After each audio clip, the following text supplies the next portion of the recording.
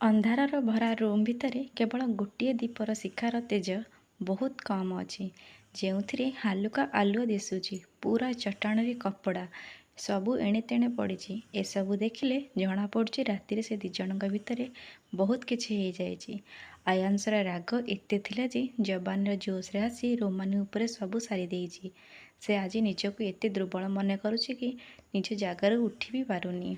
ଆୟାନ୍ସର ପାଗଳାମି ଏତେ ବଢ଼ିଯାଇଥିଲା ସେ ଜାଣିପାରୁନଥିଲା ଗୋଟେ ପଦ୍ମଫୁଲ ପରି କୋମଳ ନାରୀ ସହ କେମିତି ଏତେ କଷ୍ଟ ଦେଇପାରୁଛି। ନିଜର ଜିଦି ଯୋଗୁଁ ସେ କ'ଣ କରୁଛି ସେ ନିଜେ ବି ଜାଣିପାରୁନି। ଆଉ Romani, may I come in sir? ଆୟାନ୍ସ କ୍ଲାସରୁମ୍ର ମେନ୍ ଡୋରକୁ ଚାହିଁଲା। କିଏ? 15 ମିନିଟ୍ ହେଲା କ୍ଲାସ୍ ହେଲାଣି, ଏବେ ଆସୁଛି। ଓଃ miss, what's your name? Sir, I am Romani Panigrahi.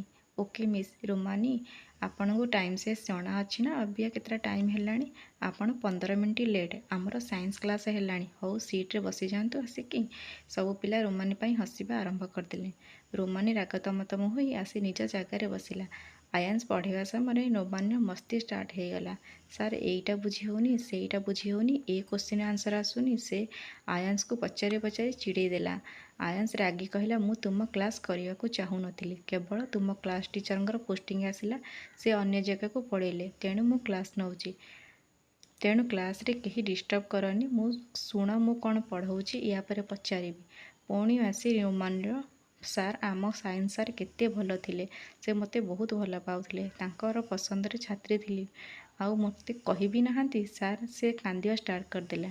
ଏସବୁ ନାଟକ ଦେଖି ଆୟାନ୍ସ କ୍ଲାସ୍ରୁ ବାହାରିଗଲା। ସେ ଗଲା ପରେ ରୋମାନିର କୁମ୍ଭୀର କାନ୍ଦଣା ବନ୍ଦ ହୋଇଗଲା। ତା ସାଙ୍ଗ କହିଲା, ତୁ ରୋମାନି ଆକ୍ଟିଂ ସ୍କୁଲରେ ଜଏନ୍ କରିଯା। ସାର୍ ଆମକୁ କ୍ଲାସ୍ କ'ଣ ଦେବେ, ତୁ ତାଙ୍କର ନେଇଗଲୁ। ମୁହଁ ଆଗରେ ପଡ଼ିଥିବା ଚୁଟିକୁ ପଛକୁ କରି ହସି ସେ, ସାର୍ ଜାଣିନାହାନ୍ତି ବୋଧେ ମୁଁ କିଏ। ମୋ ସହ ଲାଗିଲେ ମୁଁ କ'ଣ କରିପାରିବି? ମୋତେ ସବୁ ପିଲାଙ୍କ ଆଗରେ ଇନସଲ୍ଟ କଲେ, ଆଉ ମୁଁ କ'ଣ ଛାଡ଼ିଦେବି?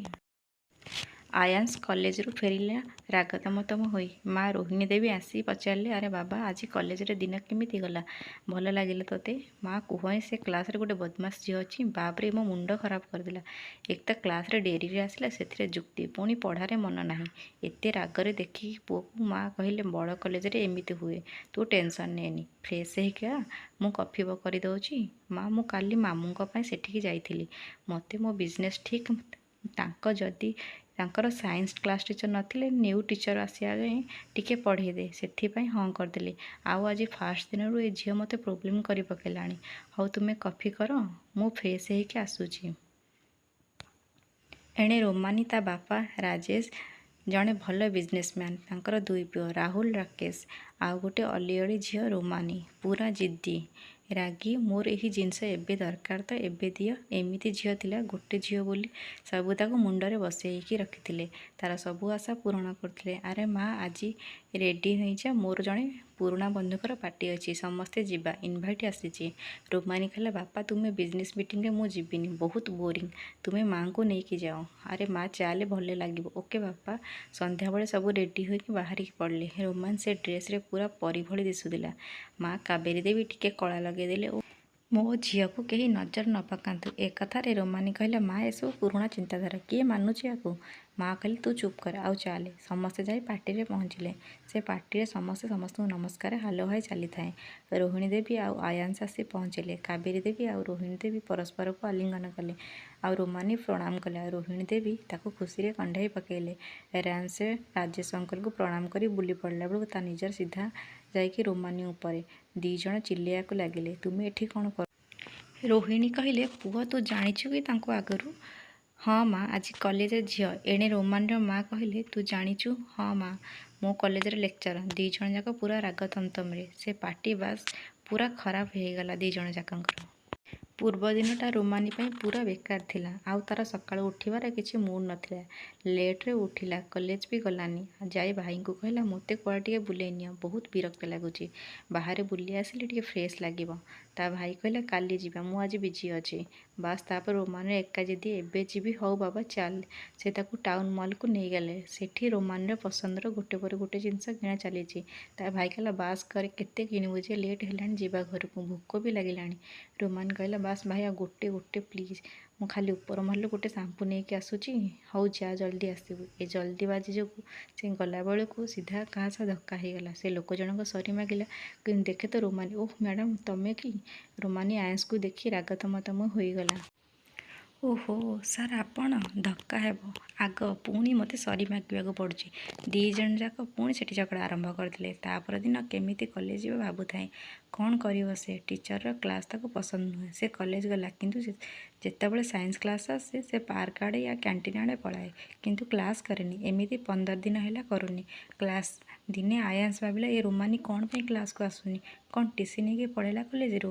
ଏମିତି ଭାବି କ୍ଲାସ୍ ସାରି ଆସୁଥାଏ, ହଠାତ୍ ନଜର ତା'ର ପାର୍କ ଆଡ଼େ ଗଲା। ଗୋଟେ ସୁନ୍ଦର ଝିଅଟେ ବସିଛି ଏକଲା। ଆରେ ଇଏ ତ ରୋମାନି। ଦୂରରୁ ବହୁତ ସୁନ୍ଦର, ଆଉ ପାଖକୁ ଆସିଲେ ଯାହା ମନକୁ ଆସେ। ଓହୋ, ସେ ସେହି କ୍ଲାସ୍ରେ ଆଉ ଗୋଟେ ଝିଅ ଲିମାକୁ ଡାକିଲା, ମିସ୍ ଲିମା, ଇଏ ରୋମାନି କ୍ଲାସ୍ କରୁନି କ'ଣ ପାଇଁ? ଲିମା କହିଲା, ସେ ସବୁଦିନ କ୍ଲାସ୍କୁ ଆସୁଛି, କିନ୍ତୁ ଆପଣଙ୍କ କ୍ଲାସ୍ କରୁନି କ'ଣ ପାଇଁ ଜାଣିନି। ତାକୁ ଯାଇକି କୁହ ମୋ କ୍ୟାବିନ୍ରେ ଆସି ଦେଖା କରିବେ। ଲିମା ଯାଇକି ରୋମାନିକି କହିଲା, ରୋମାନି ଯା, ତୋତେ ଆୟାନ ସାର୍ ଡାକିଛନ୍ତି ତାଙ୍କ କ୍ୟାବିନ୍କୁ। ରୋମାନି କହିଲା, କ'ଣ ପାଇଁ? ଲିମା କହିଲା, ମୁଁ କେମିତି ଜାଣିବି? ରୋମାନି ଯାଇକି ପୁରା ଶାନ୍ତ ସ୍ୱରରେ କହିଲା, ମୁଁ ଭିତରକୁ ଆସିପାରିବି ସାର୍?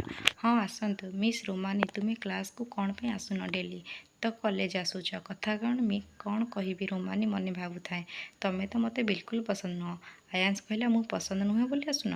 ରୋମାନି ଚମକି ପଡ଼ି ଜୋରରେ ଝଗଡ଼ା ଷ୍ଟାର୍ଟ କଲା, ହଁ ମୋତେ ତୁମେ ପସନ୍ଦ ନୁହଁ, ଆଉ ତୁମ କ୍ଲାସ୍ ବି। ଆୟାନ୍ସ ବି କୋଉଠି କମ୍।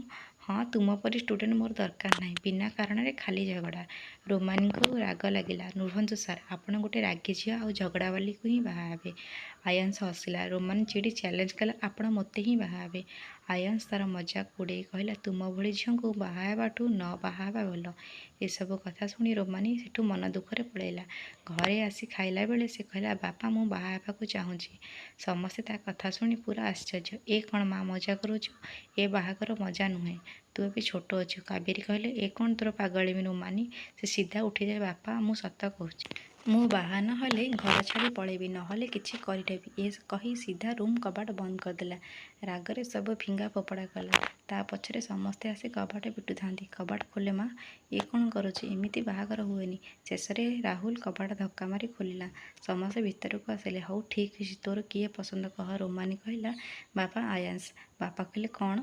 ମା କହିଲେ, ଏ 2 ଜଣ ଚେଙ୍ଗରାସି କି ବେଙ୍ଗରାସି, ବିଲକୁଲ ବି କେହି କାହାକୁ ପସନ୍ଦ କରନ୍ତିନି। ପୁଣି ତୁ ତାକୁ କେମିତି? ମା, ମୁଁ ତାଙ୍କୁ ହିଁ ବାହା ହେବି, ନହେଲେ କିଛି କରିନେବି। ଝିଅ କଥାରେ କ'ଣ କରିବେ? 2 ଜଣ ଗୋଟେ ବୋଲି ଅଲିଅଳି ଝିଅ। ହଉ ମା, ତୁ କାନ୍ଦ ବନ୍ଦ କରେ, ଆମେ କିଛି ଗୋଟେ କରିବୁ। ପୁଣି ରୋମାନି ତୁରନ୍ତ କହିଲା, ନା ବାପା, ସିଏ ମୋର ଦରକାର। ସେମାନେ 2 ଜଣ ଯାକ ବାହାରିକି ଗଲେ ଆୟାନ୍ସ ଘରକୁ। ସେଠି ରୋହିଣୀ ଦେବୀ ଦେଖିକି ବହୁତ ଖୁସି ହେଲେ। ଚା ପାଣି ପିଆ ସରିଲା। କାବେରୀ କହିଲେ, ରୋହିଣୀ, ମୁଁ ତୁମ ଘରକୁ ଗୋଟେ ଇମ୍ପୋର୍ଟାଣ୍ଟ କାମରେ ଆସିଛି, ଯେଉଁଟାକି ପୁଅ ଘର ଲୋକ ଝିଅ ଘରକୁ ଯାଆନ୍ତି, କିନ୍ତୁ ମୁଁ ତମ ପୁଅକୁ ଜ୍ୱାଇଁ କରିବାକୁ ଚାହୁଁଛି। ମୋ ଝିଅର ଏକା ଜିଦି, ଏ ଆୟାନ୍ସକୁ ବାହା ହେବ, ନହେଲେ କିଛି କରିଦେବ। ଏକଥା ଶୁଣି ଆୟାନ୍ସ ପୁରା ସକରେ ତା ମାଆକୁ ଅନଉଛନ୍ତି।